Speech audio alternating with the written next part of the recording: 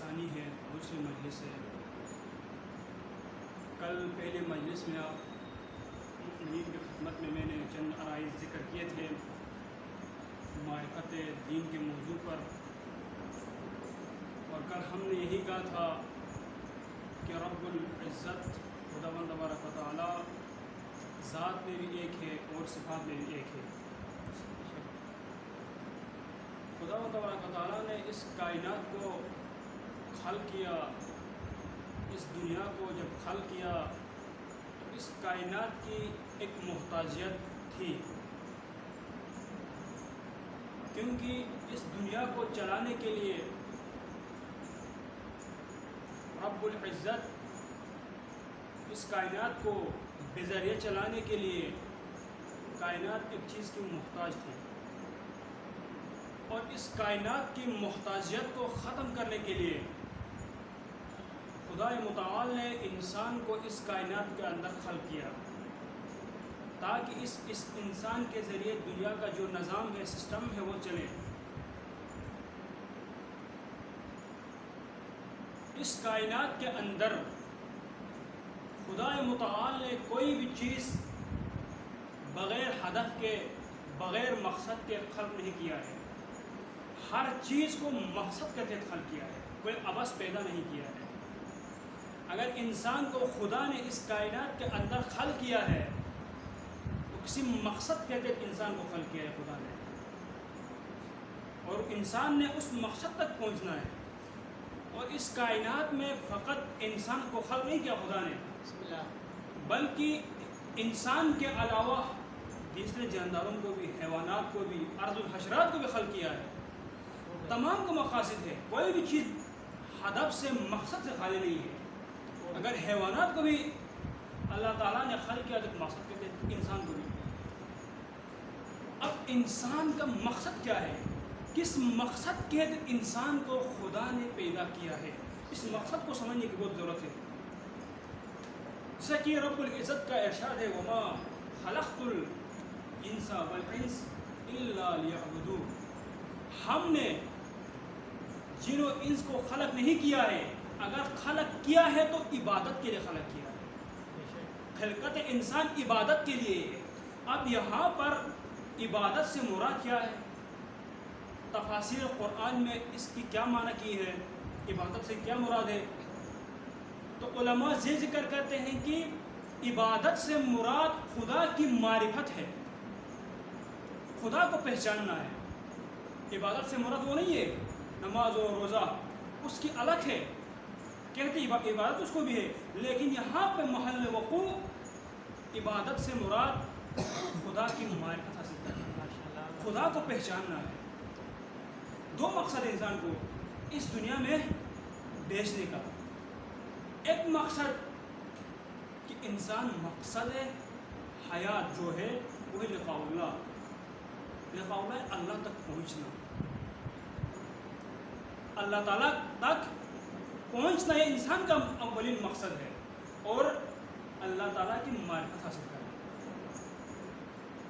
اب یہ نہیں ہے کہ ملاقات کرنا جس طرح ہم آپس میں ملاقات کرتے ہیں، اس طرح نہیں، یہاں پر بھی وہی معنی مشابہ پائی جاتی ہے کہ خدا کو ہر لحاظ سے پہچاننا، خدا کو ذات میں بھی ایک پہچاننا، خدا کو صفات میں بھی ایک پہچاننا، خدا کو افعال میں بھی، خدا کو اعمال میں بھی ایک پہچاننا۔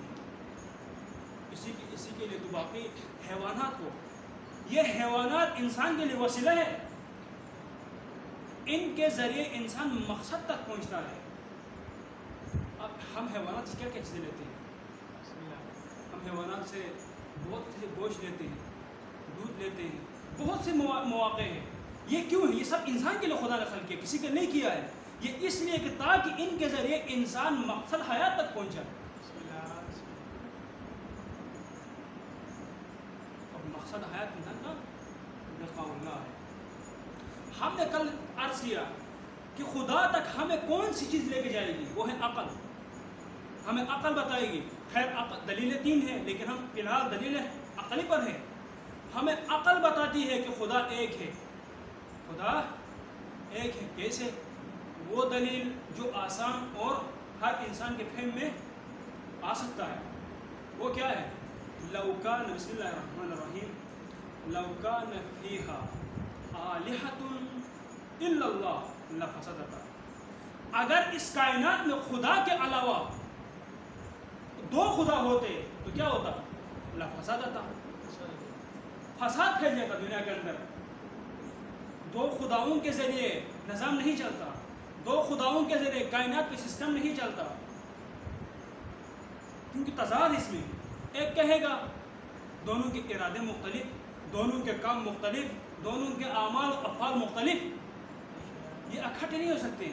کوئی کہے گا سورج مغرب سے نکلنا چاہیے، کوئی کہے مشرق سے نکلنا چاہیے، کوئی جنوب والا. ایک دوسرے کے ضد میں احکامات نافذ کریں گے، اپنے بندے ہوں گے. بس یہ ذہن بتا رہی ہے کہ خدا ایک ہے. خدا نے بھی کہا دو خدا نہیں ہو سکتے. مثال کے طور پر ہم اپنے ملک عزیز کی مثال دیتے ہیں. اگر یہاں پہ دو وزیر اعظم ہوں ملک چلے گا؟ ہرگز نہیں چلتا. یہاں تو وفاق میں کسی اور کی حکومت، صوبے میں کسی اور کی حکومت تو نہیں چلتا ہے. تو جب دو وزیر اعظم ہو تو کیسے چلے گا؟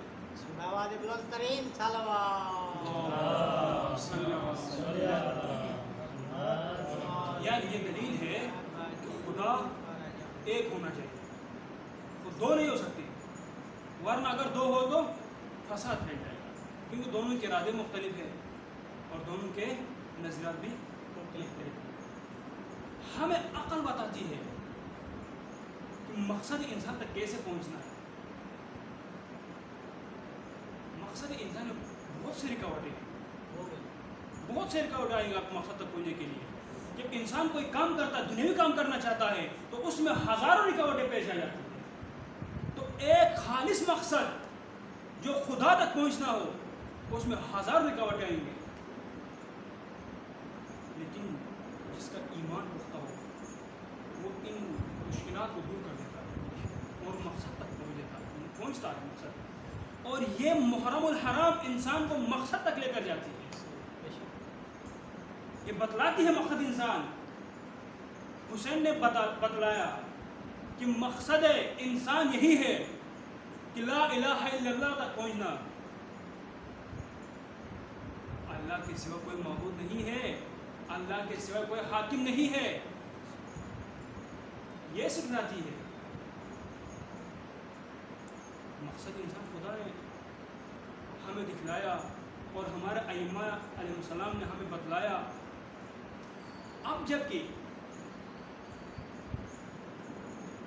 کہ ہم نے اخذ کیا، عقلی طور پر اخذ کیا کہ خدا ایک ہے، تو یہی عقل ہمیں بتاتی ہے کہ آیا خدا سے رابطہ ہو سکتا ہے؟ خدا سے رابطہ ہو سکتا ہے؟ جی ہو سکتا ہے. اس کے لیے خدا نے مخصوص شخصیات کو خلق کیا ہے، پیدا کیا ہے. ان کے ذریعے آپ خدا سے رابطہ کر سکتے ہو، خدا سے رابطہ کر سکتے ہو. دیکھو توجہ کریں، اصول دین ہمیں کون سکھلائے گا؟ عقل بتائے. اصول دین امامت ہے، نبوت ہے، توحید ہے، قیامت ہے، یہ کون بتائے؟ عقل بتاتی ہے. لیکن فروع دین، نماز ہے، روزہ ہے، حج ہے، الی آخر تک، یہ ہمیں انبیاء بتلاتے ہیں خدا کے حکم سے. یہ انسان ان کے ذریعے ان پر اگر چلے تو انسان مقصد تک پہنچ جائے. یہ انبیاء بتاتے ہیں کہ ظہر 4 رکعت ہے، یہ انبیاء بتاتے ہیں کہ عصر 4 ہے، انبیاء بتاتے ہیں کہ عشاء 4 ہے، یہ انبیاء بتاتے ہیں کہ مغرب 3 رکعت ہے، اور یہ انبیاء بتاتے ہیں کہ فجر 2 رکعت ہے. اب ایک ہوگا جو بیان کرنے والا یا اشکال اٹھانے والا کہے گا یا مولا اگر آپ نے ہمیں بیدار ہی کرنا تھا صبح فجر نماز کے لیے، گرم بستر سے آپ نے اٹھانا ہی تھا، تو کم از کم 15-20 رکعت نماز پڑھاتے. یہ 2 رکعت نماز کیوں پڑھائے؟ یہ فجر کی جو نماز ہے در حقیقت اپنے نفس کے ساتھ مقابلے کرنے کا نام ہے. جو انسان صبح اٹھ کے 2 رکعت نماز پڑھتا ہے نا، تو یہ شیطان اپنے آپ کو زمین پر پٹک دیتا ہے. یہ وہ شیطان ہے جس نے خدا کو چیلنج کیا ہے. کیا کہا خدا کو؟ میں آپ کے ہر ایک بندے کو جہنم پہنچا دوں گا. اس کا اپنا کام ہے، اپنا طریقہ ہے، اپنا طرز زندگی ہے. وہ ہمیں دیکھ لو کس کس مصیبت میں انسان کو گرفتار کر دیتا ہے. جب اذان ہوتی ہے صبح کی نماز کہتا ہے کہ تھوڑا ادھر انتظار کر لے, ابھی وقت ہے, کیا ہوا جماعت سے نہیں پڑھ لیں, فرادہ پڑھیں گے. یہ شیطان پھر یہ انسان کو اس قدر دور لے جاتا ہے دین و اسلام سے کہ وہ جہنم کی طرف ہی لے گیا. بس پہلے ذکر کیا خدا سے رابطہ ہو سکتا ہے کیسے؟ وسیلے کے ذریعے, اور ہم اسی وسیلے کو توسل بھی کہتے ہیں. وسیلے کے ذریعے آپ خدا سے رابطہ کر سکتے ہو. وہ خدا جو کسی شے کا محتاج نہیں, وہ خدا لم یلد ولم یولد ہے. جب اس نے ہم مخلوق کو ہدایت کرنا چاہا تو ہر چیز وسیلے کے ذریعے نازل کیا. قرآن کو وسیلے کے ذریعے, نبی کو قرآن وسیلے کے ذریعے, انبیاء کو وسیلے کے ذریعے, ائمہ کو وسیلے کے ذریعے, ہر چیز کو رب العزت نے ہم تک وسیلے کے ذریعے پیش کیا. دوبارہ سن لیے, وہ خدا جو کسی شے کا محتاج نہیں ہے, وہ خدا لم یلد ولم یولد ہے. جب وہ کسی شے کا محتاج نہ ہونے کی بنا پر ہم تک وسیلے کے ذریعے کوئی چیز کو بھیج دیتا ہے تو سمجھ لینا چاہیے ہم ہر چیز کے محتاج ہے. جب ہم خدا تک کسی چیز کو لے کے جائے, پیش کرے, تو بغیر وسیلے کا ہو سکتا ہے؟ وسیلے کے بغیر نہیں ہو سکتا ہے. خود خدا کہہ رہا ہے کہ وسیلے کے ذریعے. ہر قرآن وسیلے کے ذریعے نہیں ہے, انبیاء کو وسیلے کے ذریعے. ہم کیسے خلق ہوئے؟ ہم ایک وسیلے کے ذریعے ہوئے. یہ خدا کی ذات میں نقص ہوگی اگر بغیر وسیلے کے کوئی کام کرے. وسیلہ ہے ہر جگہ پہ. یہ دنیاوی کام ہے, دیکھو امور دیکھو, آپ کسی کام میں جانا چاہتے ہو اس کے الگ الگ ہے. بس معلوم ہوتا ہے اللہ تعالیٰ کی ذات محتاج نہیں ہے, پھر بھی وہ اپنے بندوں کو وسیلے کے ذریعے سے بتا کیا. اور ہم لوگ ہر چیز کے محتاج ہیں. ہم خدا سے دعا مانگتے ہیں, آیا ہم بغیر وسیلے کے پیش کریں؟ جو منکرین ہے وسیلے کے, وہ کہتے کیا ہے؟ وہ ڈائریکٹ خدا سے نہیں, ہر چیز خدا نے وسیلے کے ذریعے خلق کیا ہے, تو ہم تو ہر چیز کو محتاج ہے. ہم ناقص لوگ ہیں, تو ہم یہاں سے خدا کو جب پیش کریں, ہم اپنا حاجت طلب کریں, ضروری ہے کہ وسیلے. اور ہمارے پاس ہم فخر کرتے ہیں شیخ علی بن ابی طالب کہ ہمارے پاس ائمہ جیسے ہستیاں ہیں کہ ہم ان کے ذریعے توسل کر کے ہم اپنے حاجات کو خدا سے مانگتے ہیں. یہ وسیلہ ہے. رابطہ ہو سکتا ہے, عقل بتاتی ہے خدا سے رابطہ ہو سکتا ہے وسیلے کے ذریعے. حضرت موسیٰ علیہ السلام کو بنی اسرائیل نے کہا, اے موسیٰ خدا کو حکم کرے کہ وہ ہمیں نظر آ جائے. اللہ نظر آئے, ہم اللہ کو دیکھنا چاہتے ہیں. تو خدا نے کیا کہا, میں نظر نہیں آؤں گا. پھر خدا نے کہا ذرا اس پہاڑ کی طرف دیکھو. سب نے اس پہاڑ کی طرف دیکھنا شروع کر دیا, تو وہ پہاڑ ریزہ ریزہ ہو ان سب پر گرا اور وہ سارے مر گئے. حضرت موسیٰ علیہ السلام بے ہوش ہو گئے. جب دیکھا تو سارے مر گئے ہیں. بس معلوم ہوتا ہے جو خدا سے ڈائریکٹ ملاقات کرنا چاہے تو وہ مر جاتا ہے, زندہ نہیں رہتا.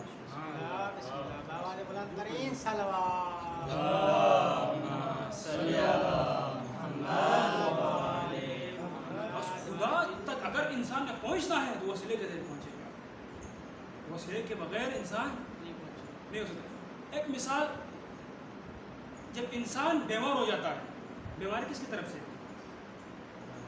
خدا کی طرف سے بیماری ہے. شفا کون دیتا ہے؟ دیکھو شفا بھی اللہ دیتا ہے, مریض بھی اللہ کر دیتا ہے.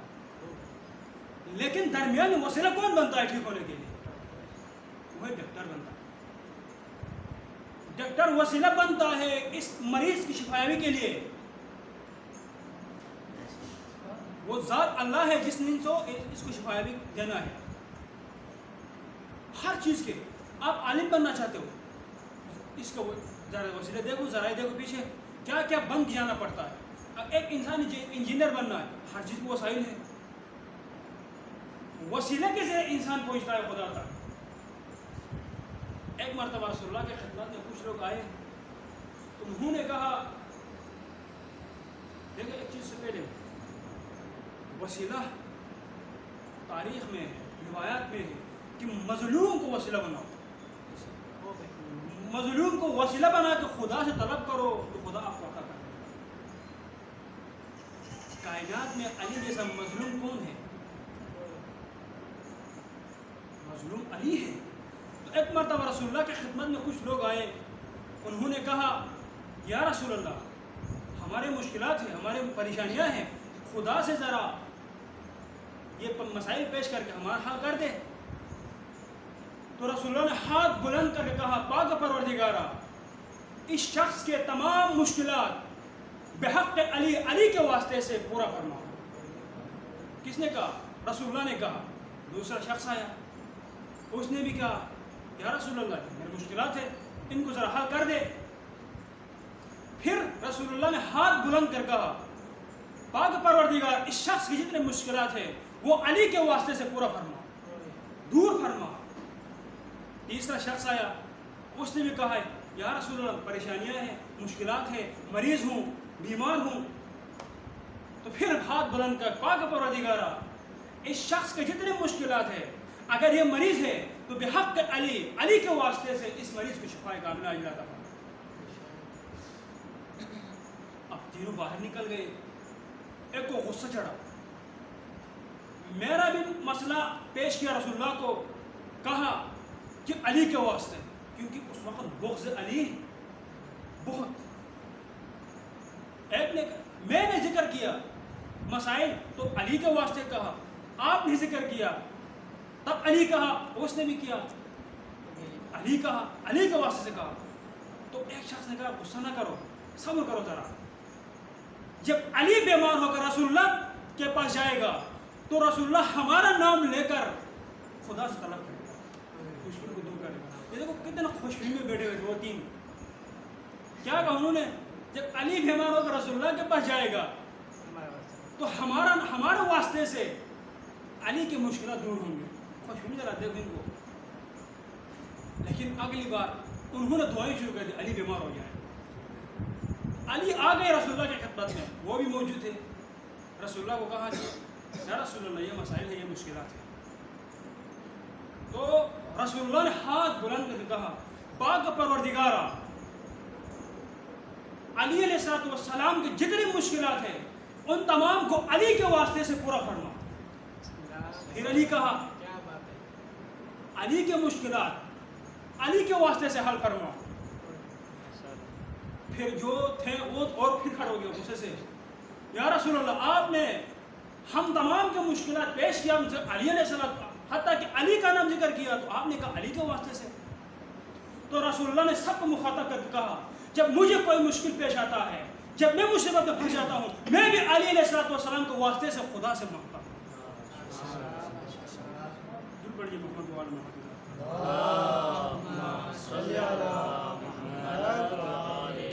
علی علیہ السلام کی ذات تاریخ مظلوم امام ہے، جو آخر زمان نبی بھی کہتا ہے کہ میں جب بیمار ہوتا ہوں، مشکلات بڑھ جاتے ہیں تو میں علی کو وسیلہ بنا کرتا ہوں، بس ارزان۔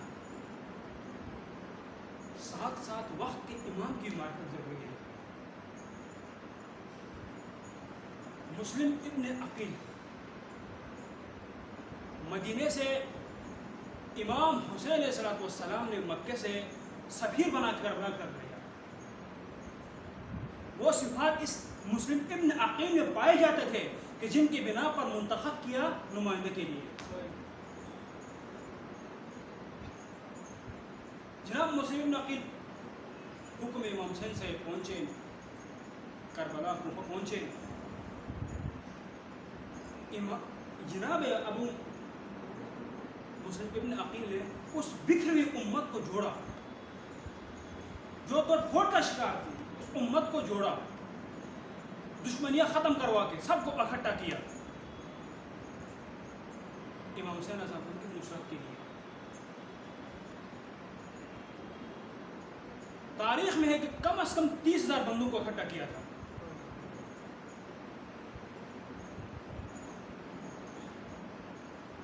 کوفے سے 2 کیونکہ 8 ذی الحجہ شہادت کا دن ہے، اور اسی 8 ذی الحجہ کو امام مکہ سے کربلا کی طرف کوچ کیا تھا، نکلے تھے، تو راستے میں تھے اسی دن 2 کوفہ سے اشخاص آ رہے تھے،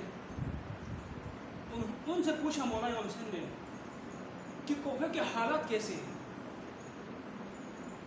تو انہوں نے کہا، اب ڈر رہے تھے بتانے سے، واللہ جس طرح کو بتا دیا کہ آپ کے نمائندے کو وہاں پہ شہید کر دیا گیا۔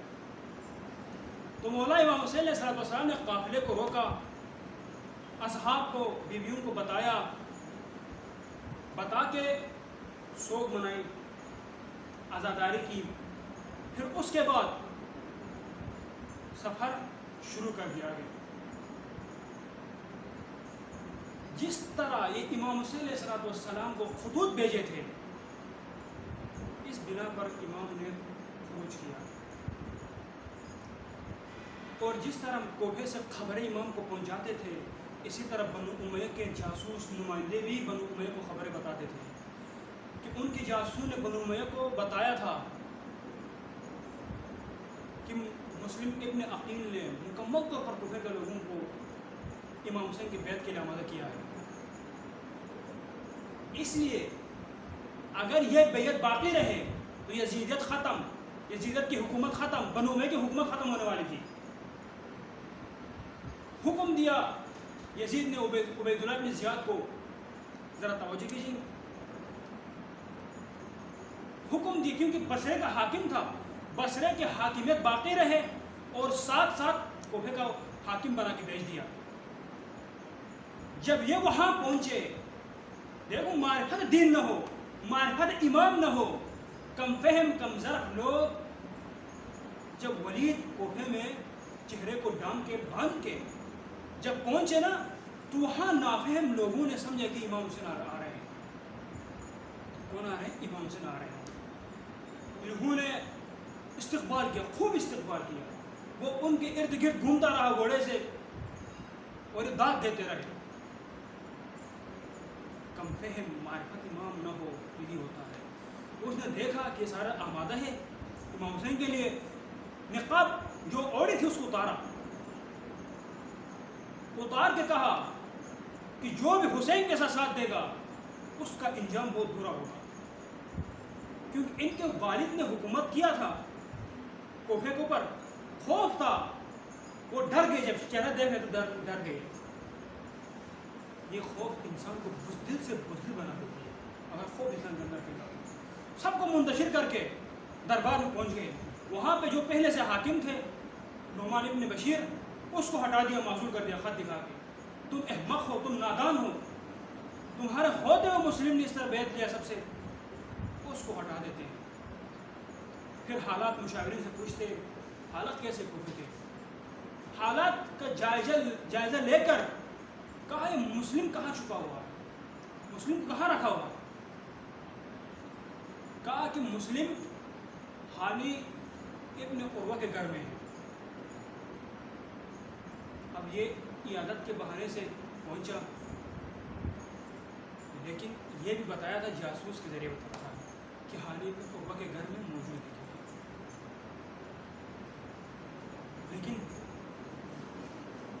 حالی عروہ کو قید کر کے لے جاتے ہیں۔ مختصر کر رہا ہوں، قید کر کے لے جاتے ہیں تو مسلم ابن عقیل نے جہاد کا اعلان کیا، قیام کا اعلان کیا۔ امام ابھی آئے نہیں ہیں لیکن قیام کا اعلان کیا۔ عزاداران صید و شہداء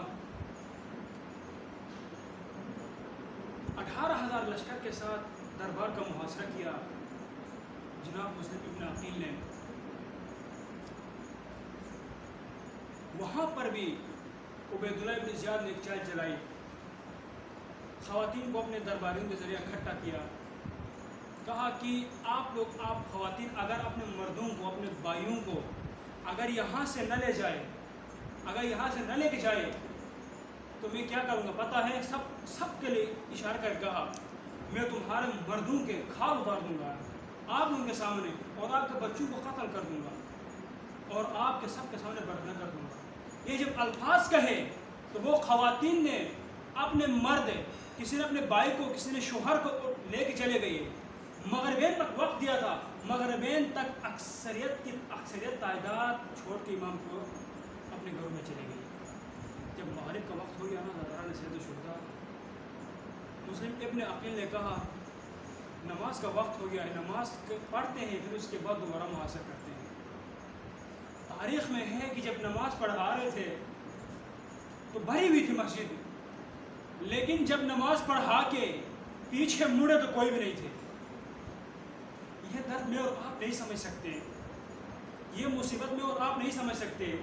جس کے پاس 40,000 کا لشکر موجود ہو اور بیک دم غائب ہو جائے، یہ مصیبت فقط مسلم ہی سکھ سکتے ہیں۔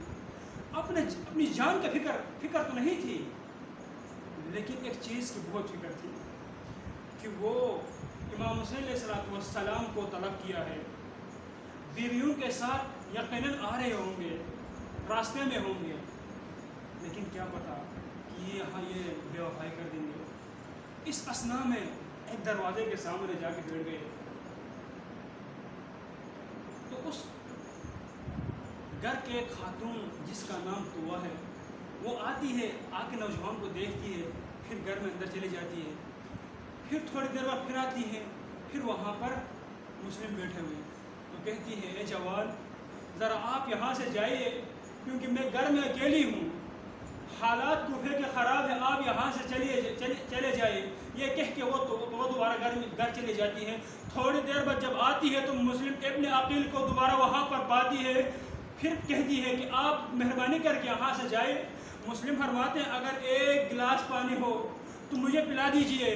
وہ جا کر پانی لے کر آتی ہے، جب وہ پانی پی لیتے ہیں، یہ تاریخ میں ہے کہ یہ آخری پانی ہے، اس کے علاوہ پانی مسلم کو کبھی نصیب نہیں ہوا۔ پھر پانی پلا کر وہ خاتون دعا کہتی ہے اے جوان آپ یہاں سے چلے جائے کیونکہ میں صبح سے میں اپنے بیٹے کے انتظار میں ہوں کہ وہ کب آ رہے ہیں۔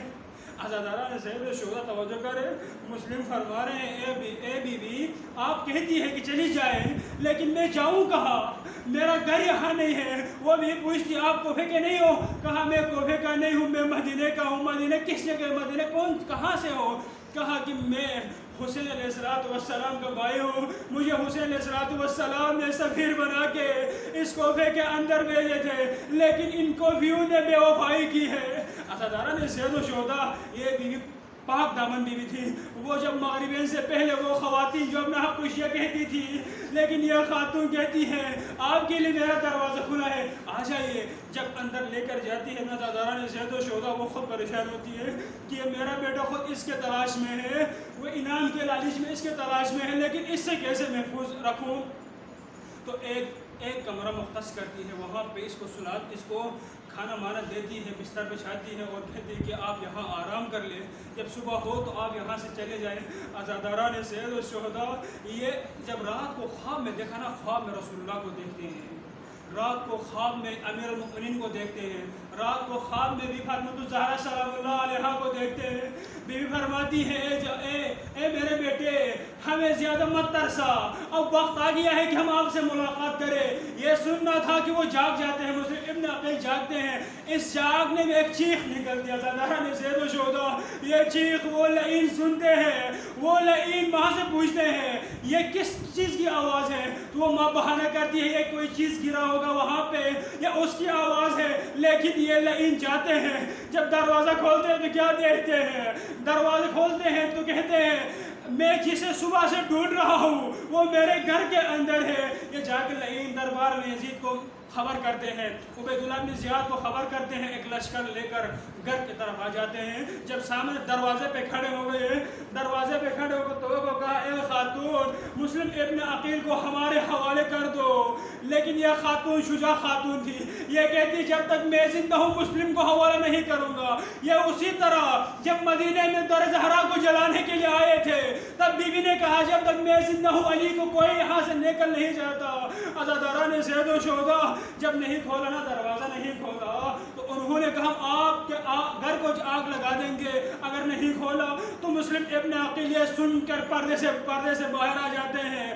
اے بی بی ذرا سائڈ ہو جائے، ذرا سائڈ ہو جائے۔